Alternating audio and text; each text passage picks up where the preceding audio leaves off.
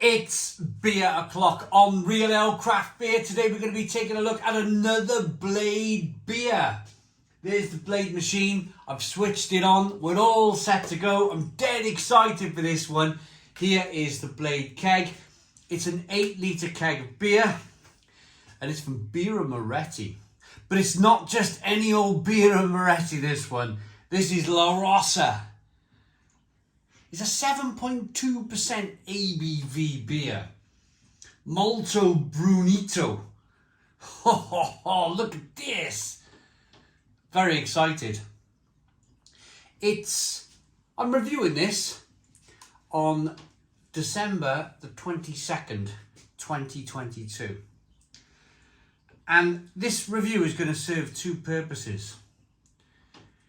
It's going to show you the Birra Moretti La Rossa, and it's going to supply me over the Christmas period with 8 litres of 7.2% ABV red ale. Should be fun, Now I have a party here every year at the house on Boxing Day, and you know, my dad likes a beer, my brother-in-law likes a beer, my family members like a beer. I'm gonna be pouring them a cheeky Birra Moretti La Rossa, maybe at kind of like 3 o'clock in the afternoon when they all turn up. But first of all, we've got to tap the keg. Let me show you how to tap the keg. So if you bought a beer machine for Christmas, if you've got a Blade, then let me show you how to tap a Blade keg. So what you do, you're only touching the colourful parts of the keg. So first of all, let's take this protective cover off the line. There you go. Now the keg cost me, it was on offer. It was I think I paid 2 for 65. So it was something like, I bought 2 kegs from Beer Wolf's website. It cost me something like £32.50 for the 2 kegs, which I thought was a really good value for money bargain, really, for 8 litres of beer, or no, 16 litres of beer. So there's the line. You get a fresh line with each keg, so there's no infection, there's no danger of infection. See this little orange button on the top? What you do is you firmly push that down, like so. You grab hold, oh, hang on a minute.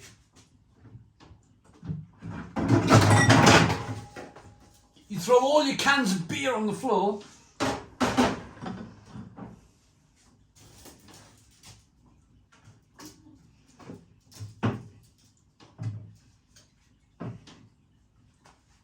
You grab hold of your keg. Take the lid off your Blade beer before you do this. Grab hold of your keg. Oh, like so. It's 8 litres of beer, so it's not light. What I do is I grab my keg line and I put it between my fingers. That way, when you're feeding the keg in,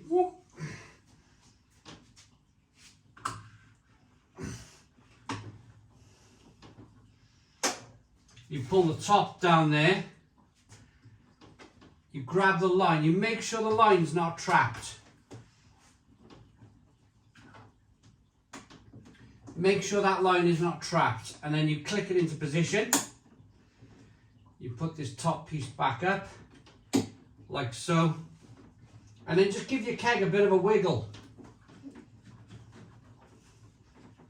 Make sure it's in position.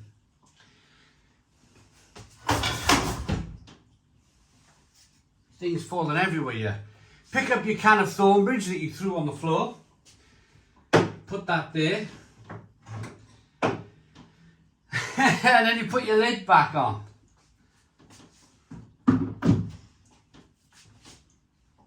Lock down your keg.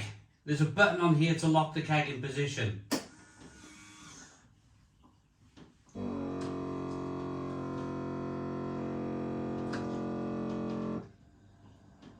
Your keg's going to pressurise.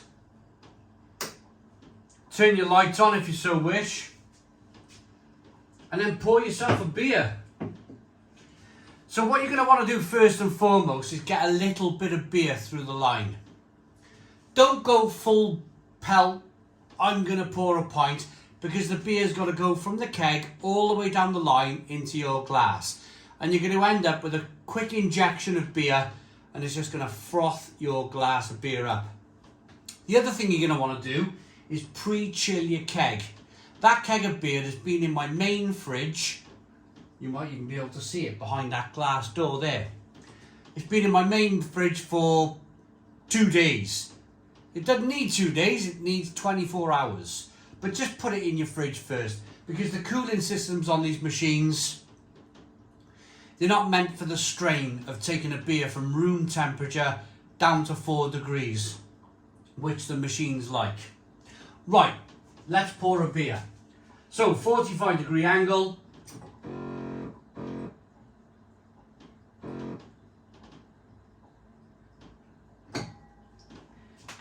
And Houston, we have a problem.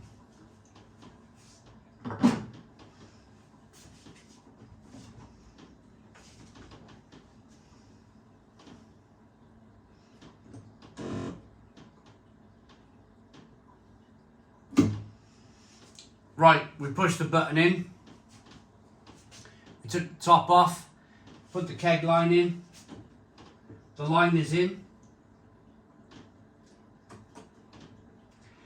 Now this is really unfortunate. This is really unfortunate because I have to depressurize the keg now, which means I've got to unlock it, which means I might lose some carbonation from the beer.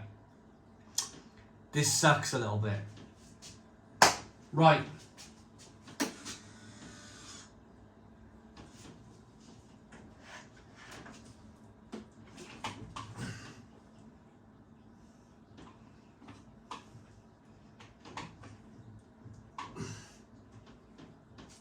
It looks like we trapped the line. It looked like we trapped the line, which is very unfortunate. So, we're going to untake the line out from here. We're going to try it again.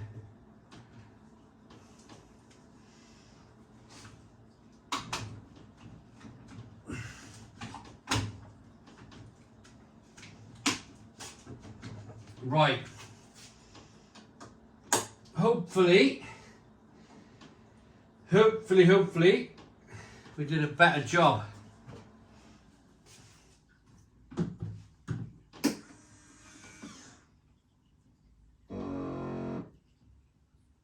Yeah, I don't know. Let's have a look. Yay! Right, we have some beer. That's the first time I've ever trapped a line in this machine. Just must have took my eye off the ball a little bit. But you've got to make sure that it sits in that groove all the way down. If it doesn't, if it kind of squeezes on that little plastic line, there's no beer coming out of your machine. So, we've poured some beer through. Very sorry for the long review, by the way. We're already 8 minutes in. Technical issues at Real Ale Craft Beer.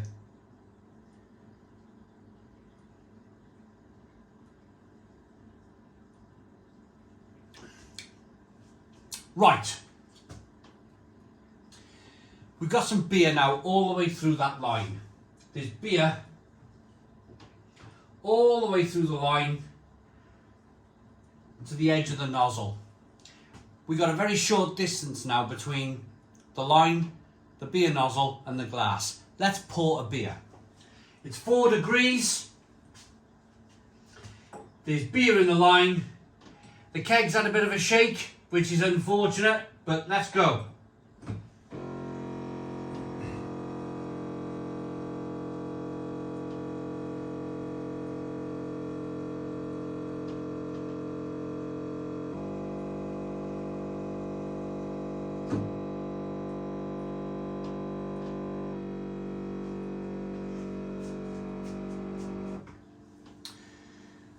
So, beer in the glass.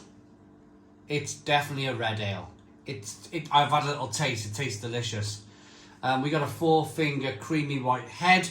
I'm pretty sure if I left this now for a few hours, the keg would settle down I'd be able to pour really good beers. It was just the circumstance of trapping the line.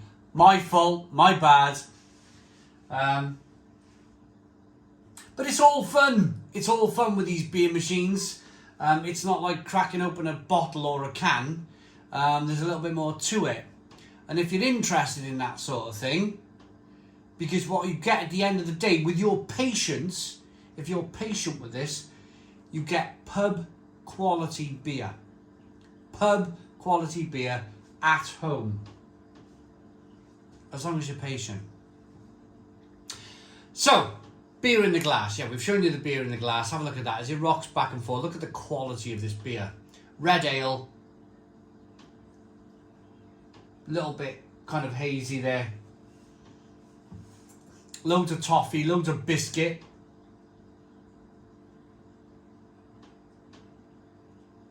Spicy, peppery, hoppy.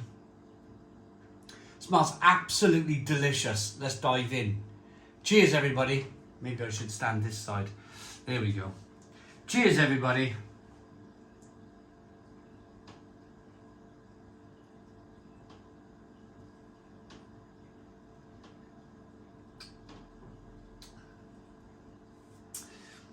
That is absolutely superb. Superb beer. One of the best beers on the blade.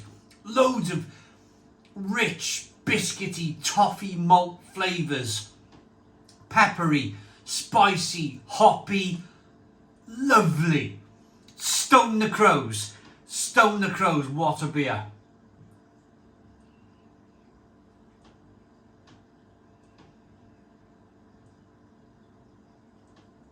Oh, that is just delightful. I can't get over just how lovely that toffee, biscuity, malty, slightly licoricey flavour is in this beer. It's tremendous, absolutely tremendous.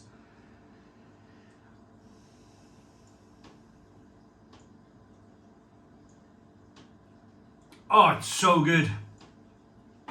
So good. It's got a really rich, creamy mouthfeel. I'm so pleased I got myself a keg of that for Christmas. That's ready now. I'm going to leave that in there for well, I'll probably have a cheeky few pints through the week. But that's there.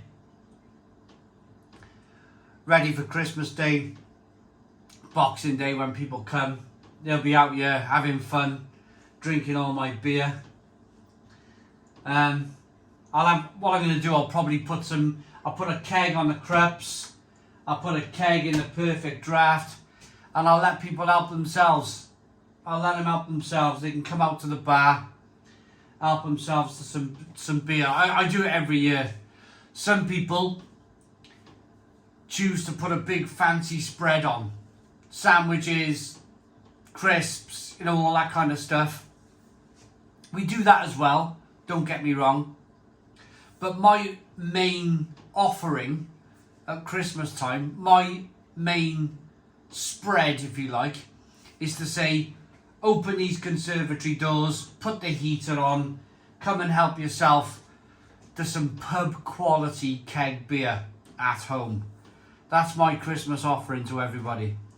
So, if you like something dark, something magical, something toffee-like, biscuity-like, slightly licoricey, look at the quality on that beer. Peppery, spicy. Wonderful, really.